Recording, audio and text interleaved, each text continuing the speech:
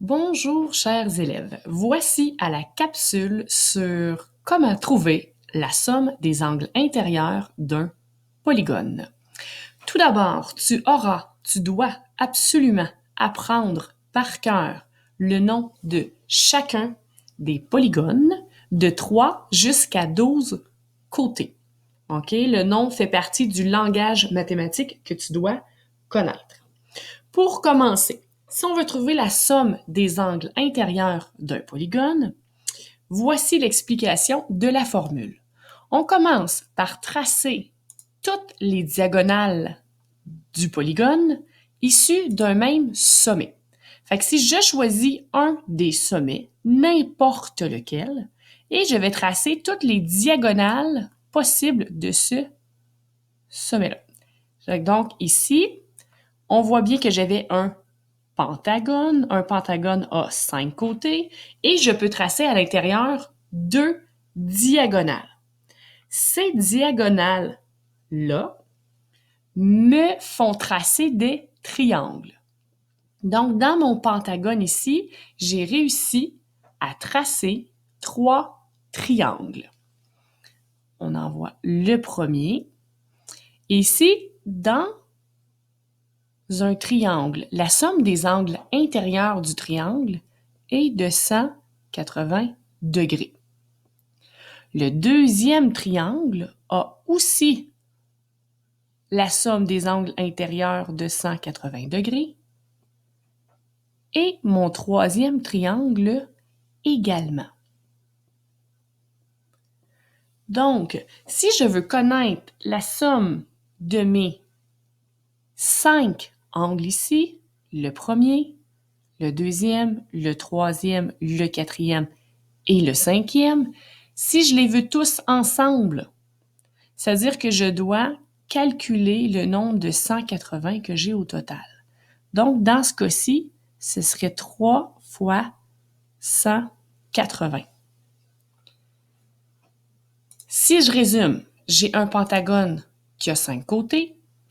Le nombre de triangles que j'ai pu former, c'est 3.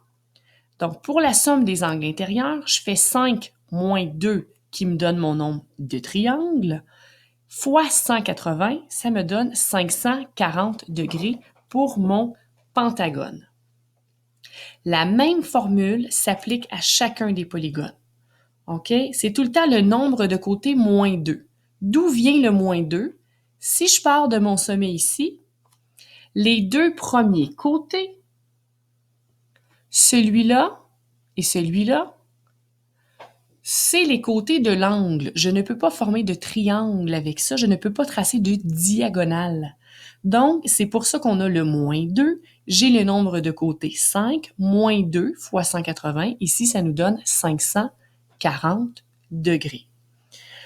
On va aller faire un essai. Ici, on va faire un autre exemple pour vérifier que je comprends bien. J'ai ici un hexagone. J'ai 6 côtés. Fait que d'après toi, combien de triangles tu pourras former avec cet hexagone? Ce sera 4 triangles. On va les vérifier. Je vais aller tracer toutes les diagonales issues d'un même sommet. Donc, prends celui que de ton choix, ça revient au même.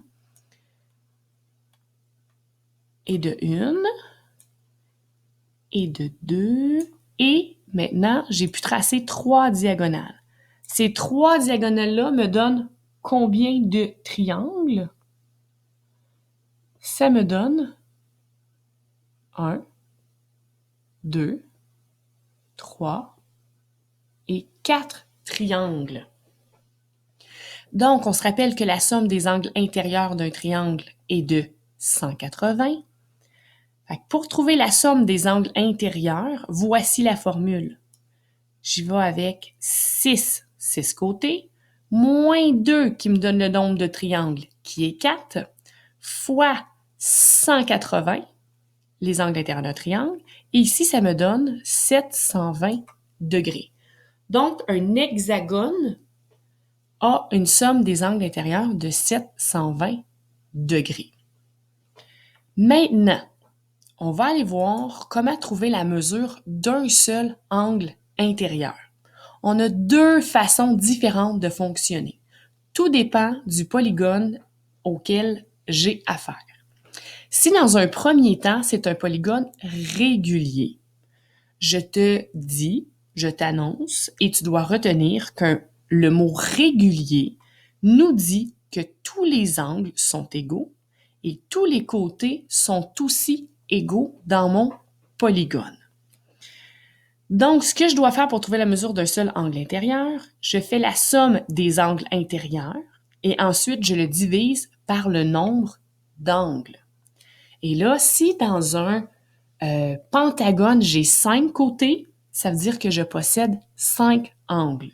Ça veut dire que dans un hexagone, si j'ai 6 côtés, j'ai 6 angles.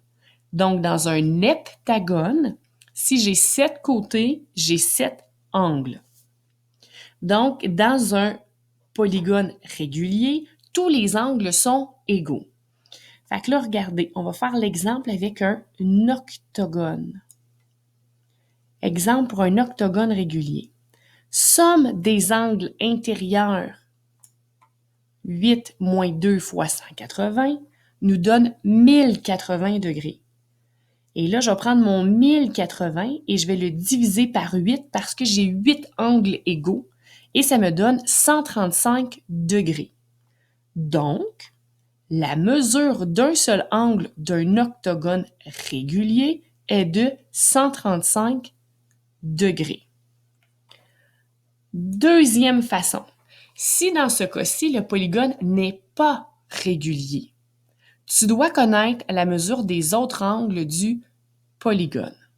Donc, si en exemple, j'ai dessiné un pentagone, 1, 2, 3, 4, 5 côtés, 5 angles, et on voit clairement que ni les côtés ni les angles sont égaux.